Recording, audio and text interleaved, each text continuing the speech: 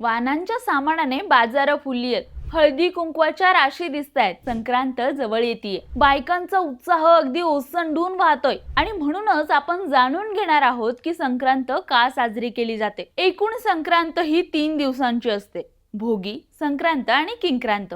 तर यामधली भोगी काय असते आणि का साजरी केली जाते तुम्हाला माहिती आहे का? जर माहिती नसेल तर हा व्हिडिओ पूर्ण बघा. भोगी हा मकर संक्रांतीच्या आधीचा दिवस असतो. हा दिवस जुन्या गोष्टी सोडून नवीन गोष्टी स्वीकारण्याचा प्रतीक मानला जातो. भोगी म्हणजे ऋतू बदलण्याचा संकेत, कारण संक्रांतीच्या दिवशी उत्तरायण सुरू होतं, म्हणजेच ऋतू बदल होतो आणि नवीन काळ सुरू होतो. भोगी म्हणजे निसर्गामध्ये होणाऱ्या बदलाचा संकेत मानलं जातं. म्हणजे जुनं सोडा आणि नवीन स्वीकारा. अस्वच्छता, आळस, नकारात्मकता दूर करा. नव्या काळासाठी स्वतःला तयार करा, असा भोगीचा अर्थ होतो. आणि म्हणूनच मकर संक्रांतीच्या आधीचा दिवस म्हणजेच भोगीचा दिवस खूप महत्वाचा आहे. हा दिवस आरोग्यासाठी सुद्धा खूप महत्वाचा आहे बरं का, कारण या दिवशी बनवलं जाणारं जेवण हे इतर दिवसांपेक्षा किंवा इतर सणांपेक्षा वेगळं असतं. भोगीच्या दिवशी वांगी, गाजर, मटार, हरभरा, भोपळा अशा हंगामी भाज्यांची मिश्र भाजी बनवली जाते, जी शरीराला उष्णता आणि ताकद देते. त्यासोबतच बाजरीची भाकरी सुद्धा बनवली जाते. हे जेवण थंडीपासून संरक्षणासाठी उपयोगी असतं. या काळामध्ये या जेवणाची शरीराला गरज असते.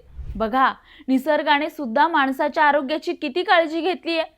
माणूस स्वतःहून कष्ट घेणार नाही, म्हणून त्या दिवसाला त्या जेवणाचं महत्त्व देऊन कंपल्सरी करून माणसाचं आरोग्य नीट राहिलं. असं प्रत्येक प्रदेशानुसार भोगी साजरी करण्याची पद्धत सुद्धा वेगवेगळी आहे. तर तुमच्याकडे भोगीला काय जेवण बनवलं जातं किंवा भोगी कशी साजरी केली जाते हे आम्हाला कमेंट बॉक्स मध्ये नक्की सांगा. आणि हो, आमच्या इंस्टाग्रामला फॉलो करायला आणि यूट्यूबला सबस्क्राईब करायला विसरू नका.